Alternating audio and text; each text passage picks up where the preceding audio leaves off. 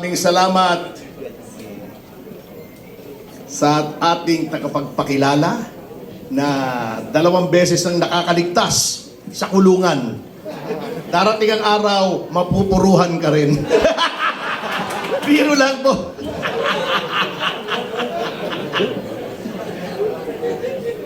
By the way, Kaselis, kinuha mo yung kodigo ko. Hindi ako makapag-umpisa. Nais ko rin magpasalamat sa aking kaibigan at political mentor na si dating congressman, dating kalihim, Jing Paras. Yan po. Siya ang may pasimuno nito dahil sa kanyang pagmamahal sa ating bayan. Hindi na niya matiis ang ginagawa sa ating mga Pilipino. At siya rin po ang aking senador sa 2028. Alam niyo po, kesa naman kung sino-sinong mga kolokoy ang naroroon, eto na, abogado, dating congressman, dating secretary, undersecretary, malawak ang karanasan at may pagmamahal sa bayan. Yun pa, romantiko. Tanong natin, wag na nating banggitin. Baka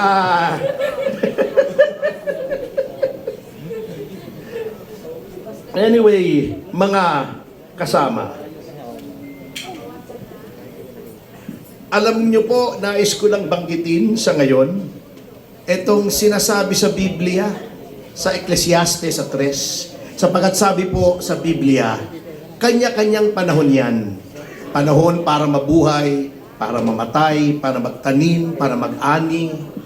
Ngunit ang mga panahong ito, mga kasama, ay panahon upang magalit, panahon upang kumilos, at panahon upang manindigan. Bakit ko sinasabi ito? Tingnan niyo po ang kalunos-lunos na sitwasyon ng ating bayan. Ang unang-una po nating suliranin ay lawlessness. Hindi po ginagalang ang batas. Bakit ko nasabi yan? Unang-una, yang doktrinang Bendalo ay parang na-institutionalize na. Tignan nyo na lamang ang nangyayari. Yung kay Tatay Digong, kita nyo naman, yun ang pangunahing ehemplo ng Bendalo. Bakit? Nakalagay na sa saligang batas, no person shall be deprived of life, liberty, or property without due process of law. Pinakamataas na batas ang saligang batas. Alam po natin lahat yan, kahit nang hindi abogado.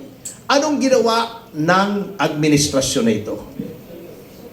Ginamit nila para i-justify yung pag-kidnap kay Tatay Digong, yung Act of Congress defining crimes against humanity na meron daw dong surrender.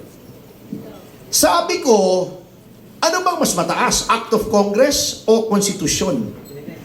Kahit anong nakalagay sa isang batas that is subject to the limitations of the Constitution, especially the Bill of Rights, which is a limitation on the powers of government.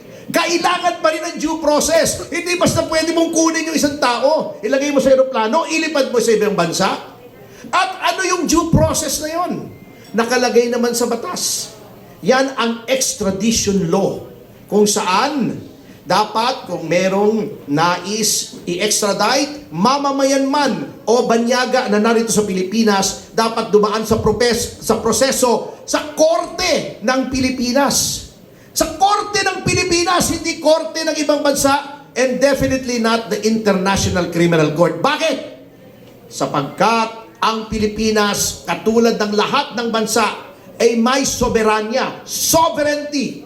Anong ibig sabihin ng sovereignty? May kasarinlan tayo, hindi pwede tayong diktahan ng ibang bansa.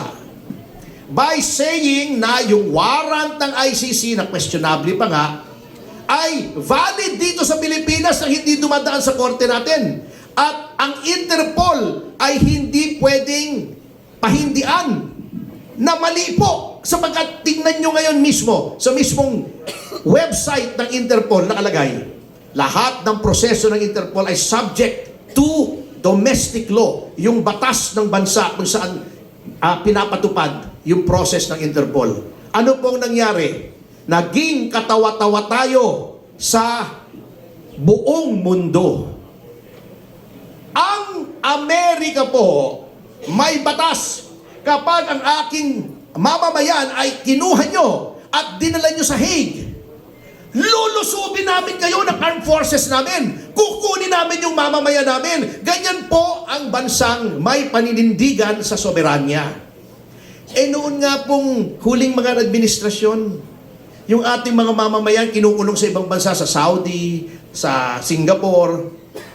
May kasalanan na yon, convicted na yon dun sa ibang bansa. Binabalik pa natin dito.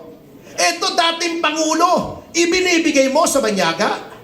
O anong nangyari ngayon? Dahil sa pangyayaring yan, lahat ng institusyon ay hindi na ginagalang ang batas. Yung si Boying Remulla, sinasabi na kapag mayroong kaso ay hindi pwedeng i-appoint bilang ombudsman. Anong ginawa nila? Yung mismong memorandum ng ombudsman na nagsasabing kapag nag-file ka ng kaso sa ombudsman, automatically docketed, iniba nila para lang ipilit, isaksak, isalaksak sa bagang ng ombudsman ang appointment ni Boying Remulla. May umimik ba na miyembro ng JBC, including the IBP? Wala po. Ang mga taong dapat nagtatanggol sa hudikatura, sa mga appointments, sa judiciary at sa ombudsman, walang imik. Ganyan po binibend the law. So, yan pong ginawa nila kay Tatay Digong. Baka akala nyo walang epekto yan sa ordinaryong mga pulis natin. Yung mga kaibigan kong pulis ngayon, sinasabi, ay ayaw na namin pong manghuli ng adik. Baka matulad kami kay Tatay Digong. Yan ang psychological effect ng ginagawa nila. Yan ang problema. That's number one. Number two, masamang sitwasyon ng ating bansa ay ang pagsikil ng freedom of expression. Ayan na, number one example, si Mr. Celis. Kapag hindi nila gusto ang iyong sinasabi, ididimanda ka. Ayan. Yung mga nagsusumbong ng katiwalian, sila ang dinidimanda sa halip na imbestigahan ang mga isinusuplong. Sino pa ngayon ang magsusumbong? Di ba? Ayan, si Laila de Lima, yung pinakamagandang babae sa balat ng lupa. Totoo naman bakit ang daming nalolokong lalaki sa kanya kung di siya maganda? Kayo naman, Pira-pira laban! Tawa ng tawa si Caceres kung hindi ko pa alam. Crush mo yun.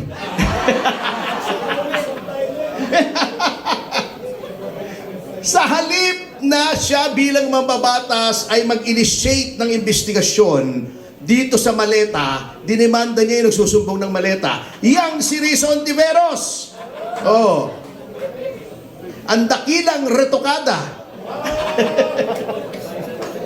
Can you imagine, nung 2022, nag-file yan ng bill sa Senado to decriminalize libel. Documented yan. Pagkatapos, ngayon, nung sinabi na Batikos, ang dami niyang dinimanda ng libel. Hindi ba? Hypocrisy of the highest level yan. Yan ang ginagawa. Ang daming demanda ngayon. Ngayon lang ako nakakakita ng napakaraming demanda na mga mamamahayag, even ordinary citizens. Si Mike Defensor, yung dahil sa 18, pinatatawag sa Makalawa, sa NBI. Hindi ba pananakot yan? Yang Gabriela, can you imagine ang kapal ng mukha nitong mga taong ito? Women's Month ba? Ginagalang natin ang mga babae, pero ginagamit nila yung Women's Month Yan ay kabastusan din kung gagamitin mo as a prop. Sumulat sa stasyon namin, dapat daw patigilin kami sa pagbabati ko sa Gabriela. Ano nangyari sa freedom of expression, which is one of the most fundamental rights in a republican and democratic system? Yan po ang nagiging problema natin. Okay, pangatlo, siyempre hindi na natin kailangan pagkahabaan ito, corruption. Not only corruption, sapagkat yung corruption, lagi namang meron yan eh. Even in the best of countries, meron. Pero, dapat, kung may anomalya at may skandalo, to retain the trust of the people in government, iniimbestigahan, at hindi lang iniimbestigahan, honest to goodness, yung sincero, hindi yung bukang bibig, hindi pabalat bunga, hindi pakitang tao, hindi maggagawa ka ng ICI na independent, pero kapag anak mo na ang haharap, behind closed doors na. Pagkatapos, natatawa pa ako etong spokesman ng Malacanang, nandito yata yung pinsan nitong spokesman ng Malacanang, di ba si attorney, deputado? Di ba nandito? Eto, oo. Di ba half cousin niyo yung spokesman ng Malacanang? Yun naman, si attorney, deputa.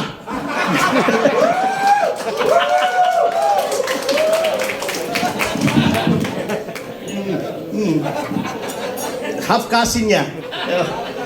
Anyway, can you imagine yung sitwasyon na yan? Pag sabi ba naman, Independent Commission on Infrastructure, pero sabi, nag-submit ng report sa Malacanang at nire-review daw ng Malacanang. Akala ko ba independent? Niluloko tayo, mga kasama. Pagkatapos na naghihiling ng ICI, si Vince Dizon na alter ego ng presidente, lagi nandoon. Siya nag-iimbestiga, paano naging independent? Niloloko lang tayo, mga kasama. Which brings me to the fourth and last situation natin na apektado tayong lahat, yung ating ekonomiya. Alam niyo po, yung kanilang laging sinasabi na tayo ay maraming resources, maraming talented na mga tao, workforce, etc. Alam niyo po, lahat ng bansa, marami po niyan. Ang isang alas na kailangang magkaroon ang isang bansa ay kumpiyansa ng investors, kumpiyansa sa gobyerno, kumpiyansa na kapag nagpasok sila ng pera rito at nagbayad sila ng buwis, hindi na nakawin yung buwis. Papaano magkukumpiyansa kung yung flood control, sino papasok na siraulong investor dito sa Pilipinas? Kung puro baha dahil hindi nanakaw yung flood control. Kung ang mga tao mahihirap, hindi matrain, yung educational system natin masama. Dahil inuuna yung infrastructure. Can you imagine? Yung 2025 nagpalusot pa. Ayon sa konstitusyon, ang dapat pinakamataas na budget ay ang edukasyon. Ginawa nila ang pinakamataas ay DPWH para marami silang nakawin. Nagpapalusot pa, pati yung budget nung PNPA at saka ng PMA nilagay sa education, DND yun, at saka DILG. Yan po ang problema. Kaya po, nakakahiya ang growth rate ng Pilipinas. Alam nyo po yung mga Vietnamese, 50 years ago nagpapatayan sila. Ngayon, anong growth rate nila? 7.6%. Tayo, 3.3. 3.3! Kulela tayo! Ang nakatalo lang sa atin, Myanmar. Can you imagine? Baka matalo pa tayo niyan next year pag hindi tayo nagbago At saka, Laos. Laos yun Pero yun lang ang nakatalo sa atin. Yun lang ang natalo natin na growth rate. Bakit? Kasi walang pumupuntang turista bukod sa ang perception ay mataas ang kriminalidad na totoo naman, ay ang pinopromote yung mukha ng tourism secretary. Pakialam ko naman kung ako ay taga-China o taga-Thailand, pupunta sa Pilipinas para tingnan yung mukha ni Frasco. Ang teteng naman, hindi naman yun ang pinunta ko rito Yun po ang problema, wala pong kumpiyansa. Kaya naghihirap ang ating bayan, dinadaan pa sa lokohan. Naghihirap na tayo, nagparty pa bago pumunta sa New York. Bago pumunta sa New York, ang balita ko, 2 pang jet ang dala. bukod dun sa official jet, dala pa yung jet na ginamit para dalhin si Tatay Digong sa Netherlands.